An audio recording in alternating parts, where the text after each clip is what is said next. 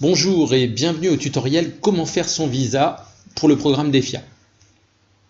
Alors tout d'abord, vous allez aller sur Google et vous allez taper Mouvagri DEFIA et vous allez tomber sur la première page qui va vous amener directement sur la page tour de contrôle du projet sur le site Mouvagri. Donc sur cette page-là, pour rappel, cette page regroupe toutes les informations concernant le programme DEFIA, avec notamment les actions du programme, les stages proposés, comment on peut postuler, les dates du départ et la préparation au départ, mais aussi le calendrier d'envoi, et enfin, ce qui nous intéresse aujourd'hui, comment préparer son visa. Donc vous allez cliquer sur les démarches pour préparer son stage en Inde.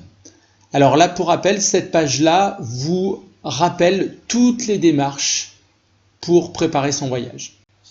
Donc ce que vous allez faire là, c'est cliquer sur l'étape 8, sur la liste des documents, et ça va vous renvoyer sur le site VFS Visa étudiant. Donc vous la voyez, tarifs, les documents requis.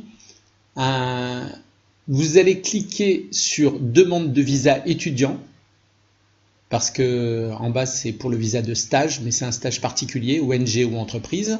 Donc vous allez cliquer pour le programme DEFIA sur le visa étudiant.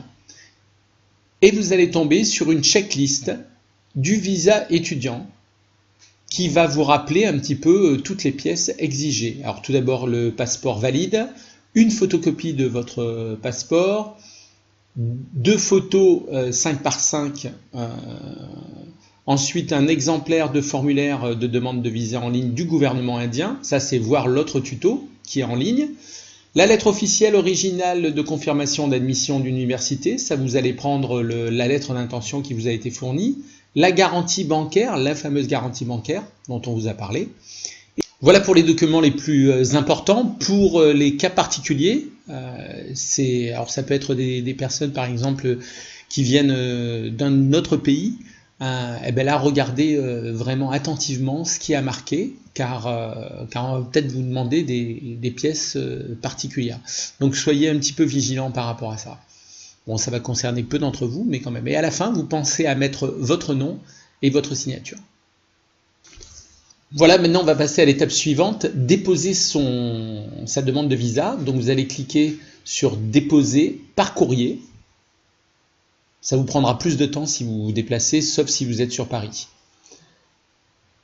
Ensuite, vous allez faire attention aux différentes étapes, notamment à l'étape 1 et à l'étape 2. Donc vous allez cliquer sur l'étape 1, il y a marqué que vous devez cliquer sur déclaration. Vous allez ouvrir ce fichier, l'imprimer et vous allez, pareil, signer cette déclaration que vous joindrez dans votre dossier de candidature. Ensuite, l'étape 2, vous allez imprimer la liste des documents pour un dépôt par voie postale.